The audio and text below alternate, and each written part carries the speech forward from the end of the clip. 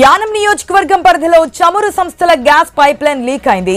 సముద్రం నుంచి island number 3 మీదుగా వెళ్లిన చమురు సంస్థల గ్యాస్ పైప్ లైన్ లీక్ అవడంతో మంటలు భారీగా ఎగిసిపడ్డాయి. దీంతో సమీప గ్రామాల ప్రజలు భయభ్రాంతులకు గురయ్యారు. విషయం తెలుసుకుని సముద్రంలోనే పైప్ లైన్ నుంచి వచ్చే గ్యాస్ ను సముద్రంలోనే ఆఫ్ చేశారు. దీంతో మంటలు అదుపులోకి వచ్చాయి.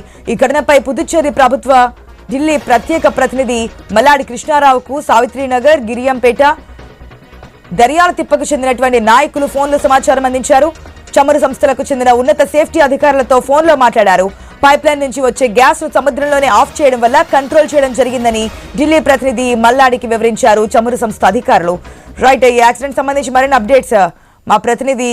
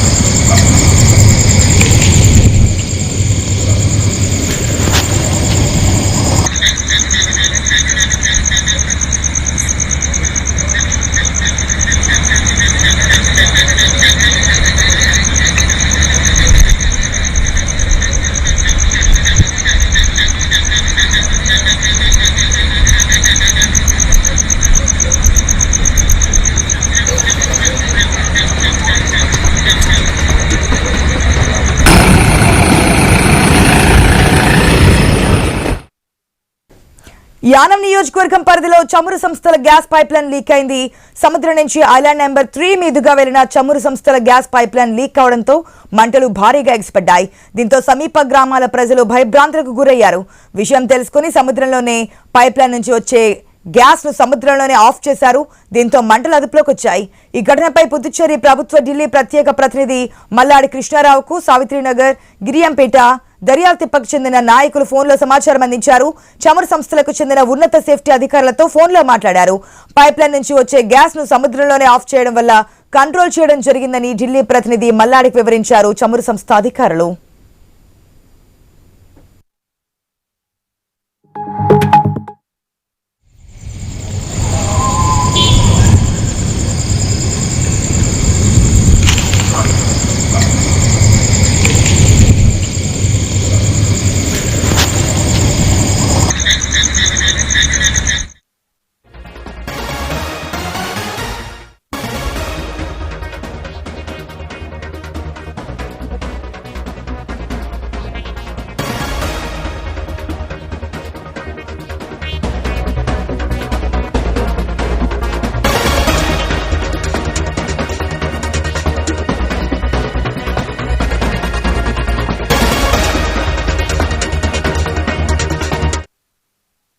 యానం నియోజకవర్గం పరిధిలో ఏదైతే చమురు సంస్థల పైప్ లైన్ ఉంటుందో గ్యాస్ సంబంధించి అది లీక్ అయినట్టుగా తెలుస్తోంది. మనం స్క్రీన్ లో కూడా క్లియర్ గా చూస్తున్నాం. ఆ మంటలు ఎగిసిపడుతున్నటువంటి దృశ్యాలు కూడా. సముద్రం నుంచి ఆ పైప్ లైన్ ఉంటుంది కాబట్టి సముద్రంలోనే ఆఫ్ చేసినట్టుగా తెలుస్తోంది. అప్డేట్స్ మా ప్రతినిధి రాజేష్ ద్వారా తెలుసుకుందాం. Right, good morning Rajesh.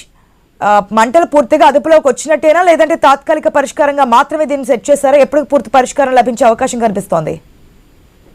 Good morning. ఏదైతే అకినట్ల గాడిమోకు సంబంధించి అంటే యానం పరిసర ప్రాంతంలో ఉన్న గ్యాస్ ఏదైతే ఉందో ఆ నియోజకవర్గం పరిధిలో ఉన్న సముద్రం నుండి ఐలాండ్ నెంబర్ మీదుగా అంటే మూడో నెంబర్ ఏదైతే ఉందో దాని మీదుగా చమురు సంస్థల గ్యాస్ పైప్ లైన్ లీక్ అయితే దీనికి సంబంధించి ఒక్కసారిగా అక్కడ భారీగా మంటలైతే ఎగిసిపడడంతో అక్కడ ఉన్న స్థానికులు అయితే భయాందోళనకు గురయ్యారు. అయితే ఆ ఎరుపెక్కిన ఆకాశంతో అయితే అక్కడున్న సమీప ప్రజలు ఒక్కసారిగా భయాందోళనకు గురయ్యారు. అంటే ఎక్కడైనా మనం చూస్తూ ఉంటారు ఈ కోనసీమ, అంబేద్కర్ జిల్లా చుట్టుపక్కల ప్రాంతాల్లో ఓఎన్జీసీ పైప్ లైన్ లీక్ అవుతా ఉంటే సర్వసాధారణంగా అయితే వెంటనే మరమ్మతులు చేస్తుంటారు. కానీ ఏదైతే ఇక్కడ దీనికి సంబంధించి ఒకసారిగా ఈ సావిత్రినగర్ చుట్టుపక్కల ప్రాంతాల్లో ఈ గాడిమకు సంబంధించి ఓఎన్జీసీ పైప్ లైన్ లీక్ అవడంతో ఒకసారిగా అయితే భయాందోళనకు గురయ్యారు. తెల్లవారుజామున 2:30 గంటల సమయం జరిగిన ఈ ఘటనకి వెంటనే అంటే మాజీ ఎమ్మెల్యేగా ఉన్న అలాగే ప్రభుత్వానికి సంబంధించి పుదుచ్చేరి ప్రభుత్వ ఢిల్లీ ప్రత్యేక ప్రతినిధిగా ఉన్న మల్లాడి కృష్ణారావుకి వెంటనే అక్కడ ఉన్న సావిత్రినగర్ అలాగే గిరియంపేట, గిరియాలకు చెందిన నాయకులు ఎవరితో కాకుండా స్థానిక ప్రజలు ఎవరితో ఉన్నారో వారంతా కూడా వీరికి తెలియజేయడం,